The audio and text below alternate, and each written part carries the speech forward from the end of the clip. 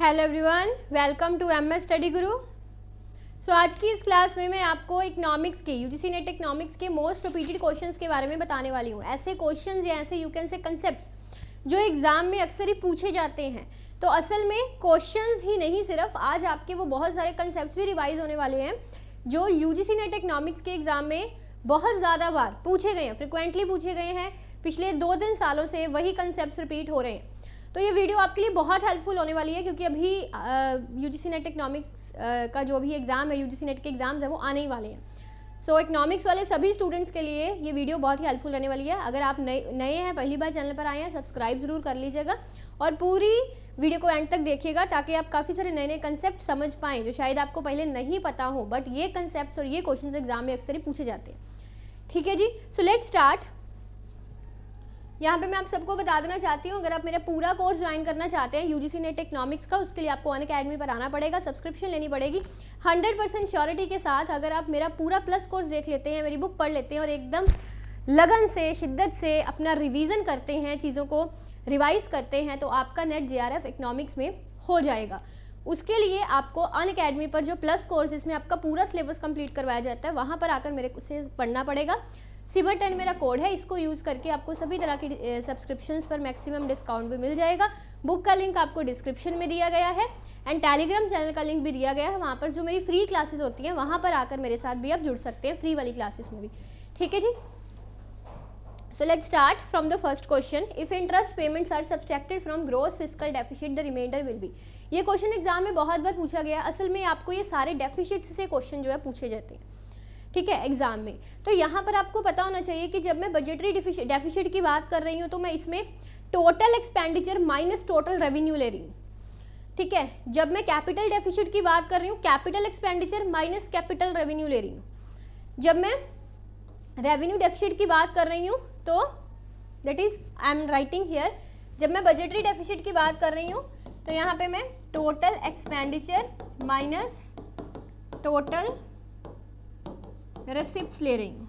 अगर मैं capital deficit की बात कर रही हूँ तो यहाँ पर मैं capital expenditure minus capital receipts ले रही हूँ, है ना। अगर मैं रेवेन्यू डेफिसिट की बात कर रही हूँ तो यहाँ पे मैं revenue expenditure and revenue receipts ले रही हूँ। और ये सारे कंसेप्ट्स मैंने आपको समझाए हुए हैं प्लस पे कैपिटल और रेवेन्यू वाले में क्या फ़र्क होते हैं।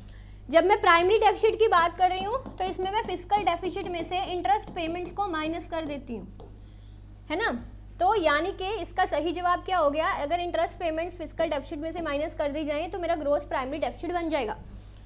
एग्जाम में फिस्कल डेफिसिट भी पूछा जाता है। फिस्कल डेफिसिट में हम क्या करते हैं, फिस्कल डेफिसिट में मैं कहूँगी total expenditure minus total receipts but exclude borrowings, exclude borrowings, यही होता है ना। और फिस्कल डेफिसिट आपका किसके इक्वल होता है, बोरोइंग्स के इक्वल होता है। सो इन डेफिसिट से क्वेश्चंस आते हैं। आगे ऐसा क्वेश्चन एग्जाम में पूछा जाता है कि अगर आपका डाटा जो है वो रेट्स, प्रपोर्शंस या रेशियो से रिलेटेड है तो आप कौन सा एवरेज यूज़ करेंगे। तो इसका एक सिंपल सा जवाब है, अगर डाटा रेट्स, प्रपोर्शंस, रेशियो से रिलेटेड है तो आप ज्योमेट्रिक मीन ही यूज़ करते हैं। अगर आपको क्वेश्चन आ जाए सबसे सिंपलेस्ट फॉर्म ऑफ एवरेज क्या है तो आप अरिथमेटिक मीन लिखेंगे। अगर आपको क्वेश्चन आ जाए कि अगर आपका डाटा असेंडिंग ऑर्डर में है या डिसेंडिंग ऑर्डर में है तो सबसे सुटेबल कौन सा एवरेज रहेगा, तो आप मीडियन टिक करेंगे। ठीक है, तो मैं आपको एक ही क्वेश्चन के साथ मल्टीपल क्वेश्चंस कवर करवा रही हूँ। ठीक है जी, तो इसका सही जवाब ज्योमेट्रिक मीन हो जाएगा। फिर आपको क्लासिकल सिस्टम से बहुत बार क्वेश्चन आया जी, क्लासिकल सिस्टम के फीचर्स बताइए। अब कंसेप्ट यही है, इसी क्वेश्चन को मोल्ड करके हर बार एग्जाम में क्लासिकल सिस्टम से एक ना एक क्वेश्चन आता ही आता है। आपको पता होना चाहिए monetary factors determine output and employment. तो इन क्वेश्चंस को ना आप एलिमिनेशन मेथड से किया करें।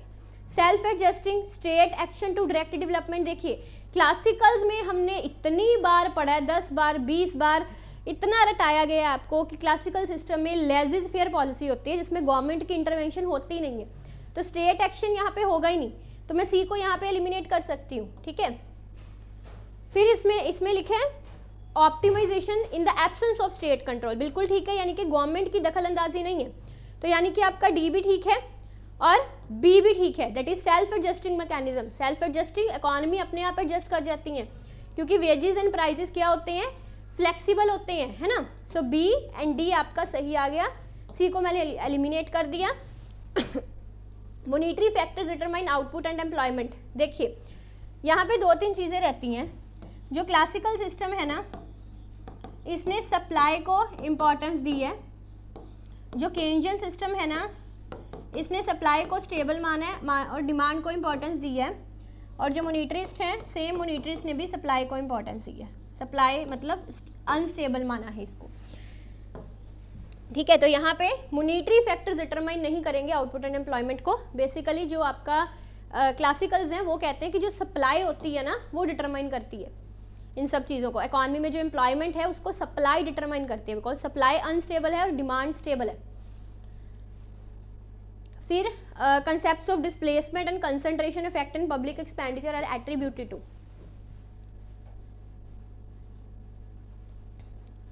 तो यहाँ पे हम एक थ्योरी पढ़ते हैं पब्लिक एक्सपेंडिचर में, that is Peacock and Wiseman hypothesis. इससे हर बार क्वेश्चन आ जाता है आपको। पीकॉक एंड वाइसमैन हिपोथेसिस जो है पब्लिक एक्सपेंडिचर की एक थ्योरी है। इसमें 3 इफेक्ट्स दिए गए हैं। कौन कौन से हैं याद रखिएगा, यहाँ से भी क्वेश्चन आता है। Displacement effect, concentration effect, that is announcement, inspection effect. So displacement, concentration and inspection effect, ये 3 इफेक्ट्स इस थ्योरी में जो हैं ये दिए गए हैं। तीनों इफेक्ट्स आपको बहुत अच्छे से समझाए गए हैं और मेरी बुक में भी दिए गए हैं। फिर आपको balanced growth and unbalanced growth दोनों के प्रपाउंडर्स पूछे जाते हैं जी एग्जाम में। हिर्शमैन जो है ये आपका अनबैलेंस्ड ग्रोथ से रिलेटेड है, बिल्कुल ठीक है ये वाला हिर्शमैन। तो आप यहाँ से भी एलिमिनेट कर सकते हैं। आपको balanced growth and unbalanced growth दोनों के प्रपाउंडर्स रटे होने चाहिए, टिप्स पर होने चाहिए बिल्कुल। हिर्शमैन, सिंगर एंड पैरबिश ये आपकी अनबैलेंस्ड ग्रोथ थ्योरी से रिलेटेड है, that is A and B सही आएगा। किंडलबर्जर एंड नर्कसे। नर्कसे ने तो बैलेंस्ड ग्रोथ को इतनी प्रेफरेंस दी है। नर्कसे ने बोला कि जैसे बैलेंस डाइट ज़रूरी होती है ह्यूमन बॉडी के लिए, वैसे ही कंट्री की ग्रोथ के लिए बैलेंस्ड ग्रोथ ज़रूरी होती है। सो ये बैलेंस्ड ग्रोथ, इन्होंने बैलेंस ग्रोथ को सपोर्ट किया। इसी तरह रोस्ट्रॉय ने भी बैलेंस ग्रोथ को सपोर्ट किया। हिर्शमैन, सिंगर, पैरबिश इन्होंने अनबैलेंस्ड ग्रोथ को सपोर्ट किया। आपको ये सारे पढ़ने हैं। बैलेंस ग्रोथ, अनबैलेंस ग्रोथ के प्रपाउंडर्स कौन से हैं, मेरी बुक में पूरी लिस्ट दी हुई है इसकी, balance growth and unbalance growth के प्रपाउंडर्स की, ठीक है। आगे देखिए मैचिंग्स क्वेश्चन। इन थ्योरीज से मैचिंग्स क्वेश्चन बहुत बार एग्जाम में पूछा गया, बहुत बार, नंबर ऑफ टाइम्स। तो आपको पता होना चाहिए कि जो एब्सोल्यूट कॉस्ट एडवांटेज है ये एडम स्मिथ ने दी है। कंपैरेटिव वाला सिद्धांत रिकार्डो ने दिया। मॉडर्न थ्योरी इंटरनेशनल ट्रेड जो है हैक्शर-ओलिन ने दी है। अपॉर्चुनिटी कॉस्ट हैर्बलर ने दिया है, ठीक है। तो अब इसके अकॉर्डिंग देख लो क्या बनेगा। ए का थर्ड है भाई, यहीं से सही हो जा बस, ठीक है। यहाँ से बहुत बार आया आपको क्वेश्चन। और इसका क्रोनोलॉजी, अगर क्रोनोलॉजी पूछ लिया जाए, पहले नंबर पे एब्सोल्यूट कॉस्ट एडवांटेज है, दूसरे नंबर पे कंपैरेटिव, तीसरे नंबर पे अपॉर्चुनिटी, चौथे नंबर पे आपका मॉडर्न थ्योरी आएगा, ठीक है। हाँ, यहाँ से क्वेश्चन आ जाता है कि इलास्टिसिटी ऑफ सब्सटीट्यूशन बताइए प्रोडक्शन फंक्शन की। वो प्रोडक्शन फंक्शन जो हिग्स एंड हैरेड न्यूट्रल है, मतलब वो हिग्स न्यूट्रल भी है एंड हैरेड न्यूट्रल भी है। तो ऐसा प्रोडक्शन फंक्शन जो हिग्स न्यूट्रल भी है, हैरेड न्यूट्रल भी है, वो कॉब-डुगला प्रोडक्शन फंक्शन होता है। एक मेरी वीडियो है Hicks and Harrod neutral technical progress पे, यूट्यूब पर सर्च करिएगा आपको मिल जाएगी, उसमें सारा कुछ बड़े अच्छे से एक्सप्लेन किया हुआ है। तो अगर यहाँ पे कॉब-डुगला, मैंने क्या कहा, ऐसा प्रोडक्शन फंक्शन जो हिग्स न्यूट्रल भी है और हैरेड न्यूट्रल भी है, वो कॉब-डुगला प्रोडक्शन फंक्शन है। कॉब-डुगला प्रोडक्शन फंक्शन के केस में इलास्टिसिटी ऑफ सब्सटीट्यूशन कितनी होती है जी, 1 होती है। तो यहाँ पे 1 आपका सही जवाब है। फिर यहाँ से क्वेश्चन आता है आपको बहुत बार एवरेज फिक्स्ड कॉस्ट से, एवरेज फिक्स कॉस्ट से क्वेश्चन आ जाता है। जैसे यहाँ पे इसने पूछ लिया है, बताइए कौन सा कर्व है जिसका कोई मिनिमम पॉइंट नहीं होता। जो आपका एवरेज फिक्स्ड कॉस्ट कर्व होता है ना, ये कुछ रेक्टेंगुलर हाइपरबोला जैसा बनता है, ठीक है। मतलब ये कम तो होता है बट ऊपर नहीं जाता है, एवरेज फिक्स्ड कॉस्ट कर्व जो आपका। तो इसको हम बोलते हैं कि इसका कोई भी मिनिमम पॉइंट नहीं है, ठीक है। इसका कोई भी मिनिमम पॉइंट नहीं है, या फिर ऐसा हम बोल सकते हैं कि यहाँ पे आपके कॉस्ट डिमिनिश तो होती है बट कॉस्ट इंक्रीज नहीं होती है ना, ठीक है। तो ये जो एवरेज फिक्स्ड कॉस्ट का कर्व है ना, इसको हम रेक्टेंगुलर हाइपरबोला भी बोलते हैं। रेक्टेंगुलर हाइपरबोला क्यों बोलते हैं, क्योंकि ना ही ये ऊपर वाली एक्सिस से टच करता है, ना ये इस किसी एक्सिस से ये टच नहीं करता है ना। सो इसको हम रेक्टेंगुलर हाइपरबोला भी बोलते हैं। एवरेज फिक्स कॉस्ट से स्पेसिफिकली क्वेश्चन पूछे जाते हैं। एवरेज कॉस्ट ऐसे बनती है, मार्जिनल कॉस्ट ऐसे कट करती है इसको, ठीक है। तो ये थोड़ी सी चीज़ें, अब एवरेज वेरिएबल कॉस्ट जो है वो एवरेज कॉस्ट के नीचे आती है ऐसे, ठीक है। और यहाँ पे कितने कंसेप्ट एक ही लेक्चर में आपको मैं क्लियर करवा देती हूँ। ये जो आपकी मार्जिनल कॉस्ट होती है ना परफेक्ट कंपटीशन में, ये आपका सप्लाई कर्व बनता है। एवरेज वेरिएबल कॉस्ट के ऊपर वाला हिस्सा जो होता है ना, हाँ ये आपकी एवरेज वेरिएबल कॉस्ट है ना, ये आपकी एवरेज कॉस्ट है। एवरेज वेरिएबल कॉस्ट के ऊपर वाला ये हिस्सा आपका मार्जिनल कॉस्ट कर्व का जो ये सप्लाई कर्व होता है परफेक्ट कंपटीशन में, ठीक है। आगे देखिए, When an information asymmetry is observed after an agreement is obtained between individuals, asymmetric information के बारे में पूछ रहा है। हर बार क्वेश्चन आ ही जाता है एक ना एक asymmetric information से। जब मैं asymmetric information की बात करती हूँ तो इसमें moral hazard आएगा और दूसरा adverse selection आएगा। मार्केट सिग्नलिंग जो है ये इंफॉर्मेशन asymmetrical इंफॉर्मेशन को दूर करने का एक यू कैन से रेमेडी है, ठीक है। तो यहाँ पे अगर मैं बात कर रही हूँ कि इन्फॉर्मेशन असिमेट्री जो है ऑब्जर्व्ड हो रही है तो उसमें moral hazard and adverse selection आएगा, ठीक है। मॉरल हैजर्ड यहाँ पे गिवन है, एडवर्स सिलेक्शन यहाँ पे दिया नहीं हुआ, तो आपका सीधा सिर्फ सेकंड आंसर यहाँ पे ठीक आ जाएगा, ठीक है। तो फिर यहाँ पर आपको क्वेश्चन इस तरह से पूछा जाता है कि आपको इनको क्रोनोलॉजिकल ऑर्डर में लगाना है।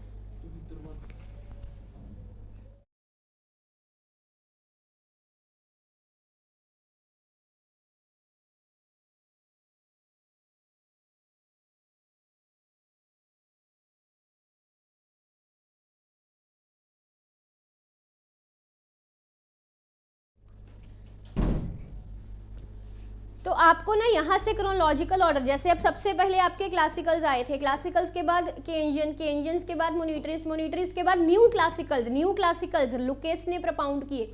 लुकेस ने ही न्यू क्लासिकल्स में रैशनल एक्सपेक्टेशन से डॉक्ट्राइन दिया है ना। तो यहाँ पर आपका इस तरह से फोर्थ वाला बन जाएगा आपका, that is first, that is second, that is third, और न्यू क्लासिकल लुकेस ने दिया रैशनल एक्सपेक्टेशन डॉक्ट्राइन। फिर यहाँ पे इंडिजिनस ग्रोथ मॉडल से हर बार क्वेश्चन पूछ लिया जाता है जी। इंडिजिनस ग्रोथ थ्योरी सुजेस्ट करती है कि investment in human capital, innovation and knowledge economic growth को लीड करती है। बिल्कुल, इंडिजिनस ग्रोथ थ्योरी में बात की गई है ह्यूमन कैपिटल पर इन्वेस्टमेंट की, ह्यूमन की स्किल्स, ह्यूमन की हेल्थ, ह्यूमन की एजुकेशन, उस पर इन्वेस्टमेंट की बात की गई है। हेल्थ नहीं, सॉरी, उसकी एजुकेशन, ह्यूमन की स्किल्स, उस पर इन्वेस्टमेंट अगर की जाए सो दैट वो ज़्यादा रिटर्न्स देती है, उससे रिटर्न्स जो मिलते हैं वो ज़्यादा होते हैं as compare to physical capital पर की गई इन्वेस्टमेंट के, ठीक है ना। तो ये दोनों स्टेटमेंट्स यहाँ पे ठीक है। इंडिजिनस ग्रोथ थ्योरी में ह्यूमन कैपिटल, इनोवेशन, नॉलेज, इस पर इन्वेस्टमेंट करने पे जोर दिया गया, क्योंकि जो ह्यूमन कैपिटल पर इन्वेस्टमेंट है ये डिमिनिशिंग रिटर्न्स को कम करती है और इंक्रीजिंग रिटर्न्स लेके आती है ना। तो ये हमने सारा मॉडल पढ़ा हुआ है, दोनों इस यहाँ से क्वेश्चन आ जाता है आपका। हाँ, सेटिस्फाइज फैक्टर रिवर्सल, अब ध्यान से समझ लीजिएगा, लेस पीरियड पास से ये दोनों ही ना तो टाइम रिवर्सल को सेटिस्फाई करते हैं ना ही फैक्टर रिवर्सल को। जो आपका फिशर प्राइस इंडेक्स है ना, एक मिनट, हाँ ये तीनों ही आ जाएंगे ना, ये तीनों ही ना ही आपका टाइम रिवर्सल सेटिस्फाई करते हैं ना ही factor reversal. Fisher price index जो है आपका ये टाइम रिवर्सल भी सेटिस्फाई करता है, फैक्टर रिवर्सल भी करता है। जो आपका मार्शल का इंडेक्स होता है ना, मार्शल का, वो सिर्फ टाइम रिवर्सल सेटिस्फाई करता है, फैक्टर रिवर्सल नहीं, ठीक है। ये चीज़ यहाँ पे आगे देखिए, यहाँ न्यूमेरिकल टाइप ये क्वेश्चन है थोड़ा सा, एक मिनट, आपको दिख तो रहा है ना ठीक से, मैं थोड़ा सा इसको नीचे कर देती हूँ। हाँ अभी दिख रहा है ना।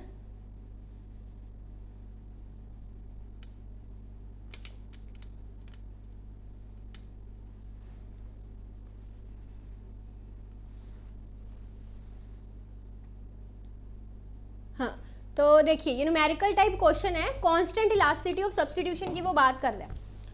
कांस्टेंट इलास्टिसिटी ऑफ सब्स्टिट्यूशन का एक फार्मूला होता है, दैट इज 1/1 माइनस बीटा, है ना, दैट इज ये सब्स्टिट्यूशन पैरामीटर होता है आपका।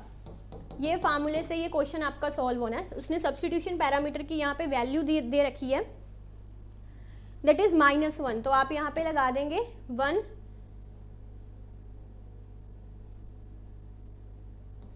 तो 1 - 1 आपका 0 हो जाएगा, तो ये आपका इनफाइनाइट आ जाएगा, है ना, sorry, that is 1/1 plus beta, that is elasticity of substitution is equal to 1/1 plus beta. तो 1/-1 है, 1 - 1 आ जाएगा, 1 - 1 0 हो जाएगा, और 1/0 आपका इनफाइनाइट हो जाएगा, ठीक है।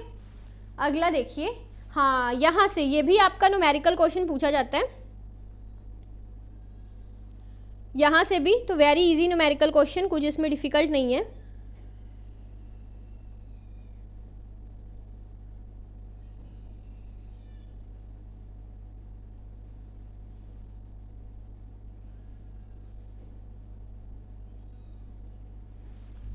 क्या आएगा जी इसका, बताइए।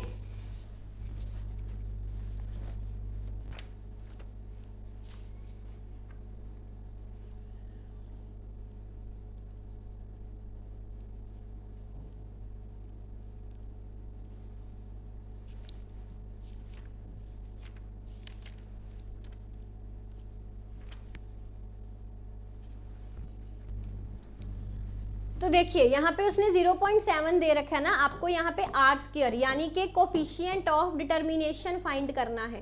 कोफिशिएंट ऑफ डिटर्मिनेशन का क्या मतलब होता है, बहुत बार समझा चुकी हूँ। इसका मतलब होता है कि y में कितनी वेरिएशंस x के द्वारा एक्सप्लेन की जा रही है। तो अगर मैं r का स्क्वायर कर देती हूँ, that will become 0.49।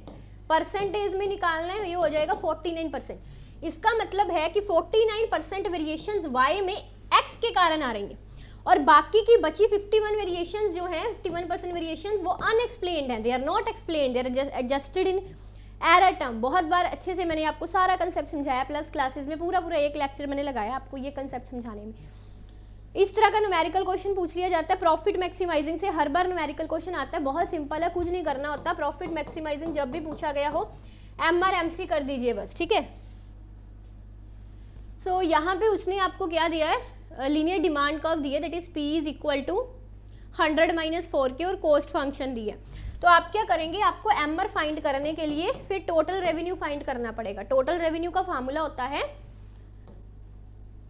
What is the formula of total revenue, that is profit minus cost.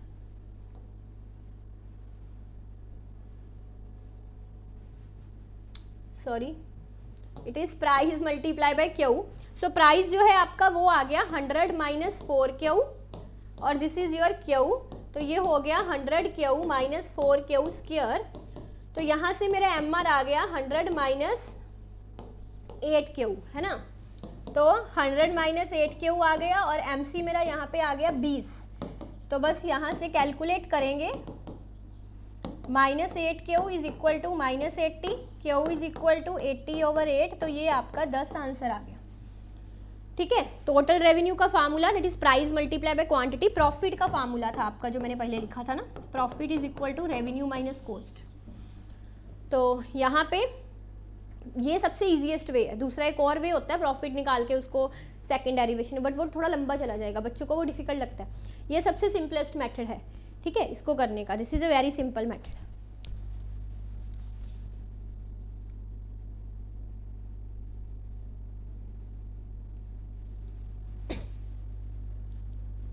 Simply MR MC निकाल के इक्वेट करके तो आंसर आ जाएगा 4th। अब इस तरह से प्रोबेबिलिटी से क्वेश्चन आ जाता है जी। आपको एक बॉक्स है, उसमें 10 बल्ब्स हैं, 4 डिफेक्टिव हैं। तो 3 बल्ब्स मैंने रैंडमली ड्रॉ किए विदाउट रिप्लेसमेंट, है ना। तो सिंपल क्वेश्चन देखिए, एक डब्बे है, उस डब्बे में जो है 10 बल्ब है, वो कहता है ना 8 9 10 बल्ब हैं उस डब्बे में। उसने क्या 4 उसमें से डिफेक्टिव है। 3 बल्ब रैंडमली ड्रॉ कर लिए। 3 बल्ब जो मैंने ड्रॉ किए उनको दोबारा से डब्बे में रखा नहीं मैंने, विदाउट रिप्लेस डब्बे में नहीं रखा। प्रोबेबिलिटी फाइंड कीजिए कि 3 बल्ब डिफेक्टिव है, ठीक है। तो मतलब कि मैंने ड्रॉ कितने किए हैं, 3 ड्रॉ किए हैं, ठीक है, और तीनों के तीनों डिफेक्टिव ही होंगे, यानी कि टोटल 4 डिफेक्टिव में से मैंने 3 निकाल लिए, ठीक है, 3 निकाल लिए। और टोटल कितने हैं अभी, टोटल 10 बल्ब हैं और टोटल में से भी मैंने 3 निकाले, ठीक है। तो इसको अब सॉल्व करना है मुझे, that is 4 3 2 over 1 2 3 divide by 10 8 9 over 1 2 3। ये आपस में कट गए। अब इसको करिए, 2 5 का 10 आ जाएगा, 3 3 का 9 आ जाएगा, 4 1 का 4 4 2 का 8 आ जाएगा। तो ये बच जाएगा 1 ओवर 10 मल्टीप्लाई बाई 3 30। तो 1/30 आपका आंसर आ जाएगा। सिंपल था कि मैंने 4 डिफेक्टिव बल्ब में से 3 निकाल लिए, that is a favourable outcome. Total 10 bulb में से मैंने 3 निकाले, ठीक है। तो ऐसे होना था ये सॉल्व, आपका 4th आंसर आ गया। ये पूरा प्रोबेबिलिटी पर मेरा लेक्चर है, अलग से क्लास है पूरी अलग से, आप वो क्लास भी देख सकते हैं सारे कंसेप्ट को समझने के लिए। मैं 20 क्वेश्चंस आपको आज करवाऊंगी, ठीक है। बाकी के क्वेश्चंस जो बचे वो फिर हम अगले किसी सेशन में करेंगे। तो ये देखिए, अब ये क्वेश्चन कंज्यूमर सरप्लस से हर बार एग्जाम में पूछा जाता है, तो बड़ा सिंपल होता है कंज्यूमर सरप्लस निकालना। आपको इंटीग्रेशन करनी होती है फंक्शन की माइनस px, फंक्शन की integration. This is my function, ठीक है। इसका मैं इंटीग्रेशन करूंगी, it will 27 minus 3x minus x square, इसका इंटीग्रेशन करना है। तो p मेरा कितना है, p मेरा यहाँ पे आप p कैलकुलेट कर लीजिए क्योंकि आपको x दिया हुआ है, that is 27 minus 3x minus x square, यहाँ पे 3 माइनस 9 आ जाएगा, दैट इज 9 माइनस 9 कितने हो गए भी 18, तो ये 9 ही आ गया आपका, है ना। 9 मल्टीप्लाई बाई 3 आ गया। इंटीग्रेशन का rule 27x minus 3x square over 2 minus x cube over 3 समझाया गया। इंटीग्रेशन करना आपको, अगर सारा कंसेप्ट अच्छे से समझने चाहते हैं ना, ये सारे तो प्लस पर आ जाइए, वहाँ पे पूरे लंबे लंबे लेक्चर्स लेके सारा समझाया गया आपको, ठीक है।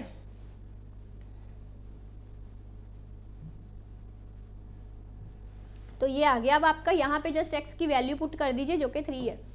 27 3 माइनस 3 का स्क्वायर ओवर 2 माइनस 3 का क्यूब ओवर 3 माइनस 27, जस्ट इसके आगे आप सॉल्व कर सकते हैं।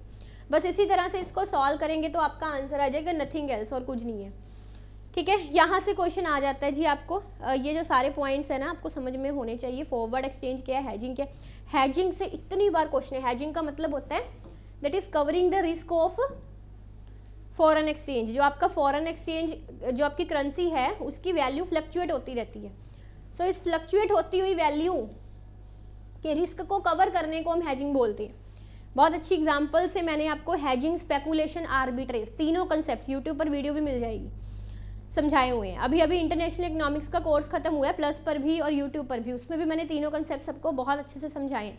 फॉरवर्ड एंड फ्यूचर कॉन्ट्रैक्ट्स के बारे में समझाया हुआ है। सो फॉरेन एक्सचेंज में जो फ्लक्चुएशंस होती हैं उसके रिस्क को बचने को, उसके रिस्क से बचने को हम हैजिंग बोलते हैं। तो जो हैजर्स होते हैं ये रिस्क एवर्सर्स होते हैं, रिस्क को टालना चाहते हैं। जो स्पेकुलेटर्स होते हैं वो रिस्क लवर्स होते हैं, रिस्क को लेना चाहते हैं। आर्बिट्रेजर्स का क्या काम होता है, एक मार्केट से सस्ते पर खरीदो और दूसरे मार्केट में जाके महंगे पर बेचो, ये आर्बिट्रेजर्स का काम होता है। तो मैं हैजिंग को बी को फर्स्ट से जोड़ दूंगी, तो बी का फर्स्ट यहाँ पे, जहाँ पे नहीं है मैंने काट दिया। आर्बिट्रेज सी को मैं यहाँ पे जोड़ूंगी, 2 मार्केट से single market in economic sense.